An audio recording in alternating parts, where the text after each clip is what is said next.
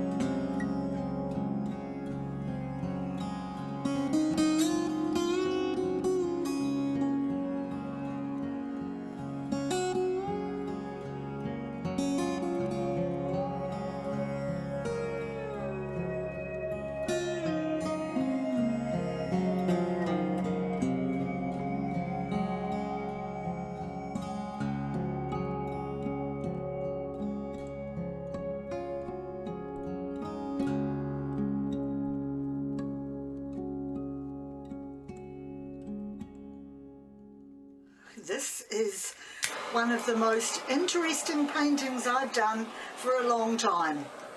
The colours are very pretty from the paints that I bought, but they certainly have not played well with my black.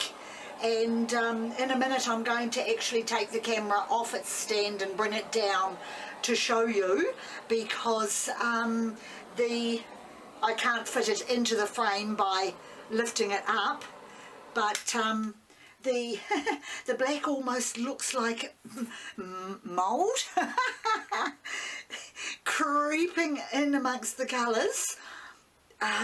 Yeah, with little tendrils, I've forgotten what they're called, starting to creep out around the edges, but I don't know what is in those pre-mix paints, but my black is made up of Renoir, which is a standard colour I use a lot, and it's mixed 50-50 with my pouring medium of PVA glue and water. No silicone added, but I'm assuming there's some sort of oil in these pre-mixed paints, although nowhere on their labels can I find what the actual ingredients are besides acrylic paint. So now I'm going to bring my camera down and I'm going to show you up close what this looks like. It's just, I don't know what to say about it.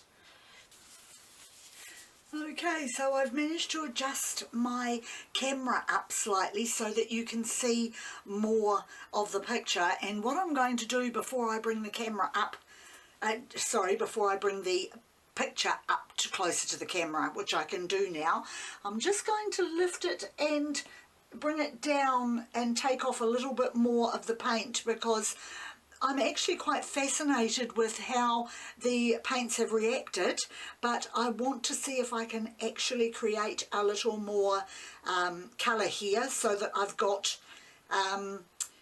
more of the actual colours that I bought to experiment with, and so when I let it dry I can see how this paint actually dries, because it is supposed to be glossy.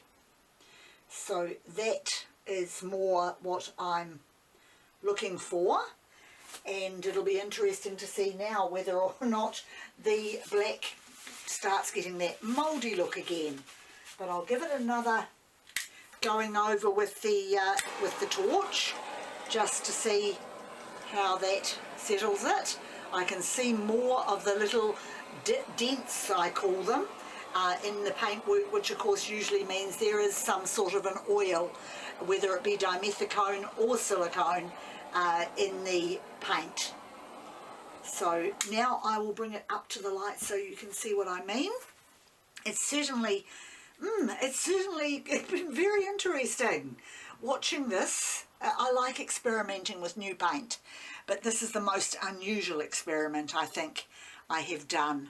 So down in that bottom corner there you can see sort of rivulets of patterns.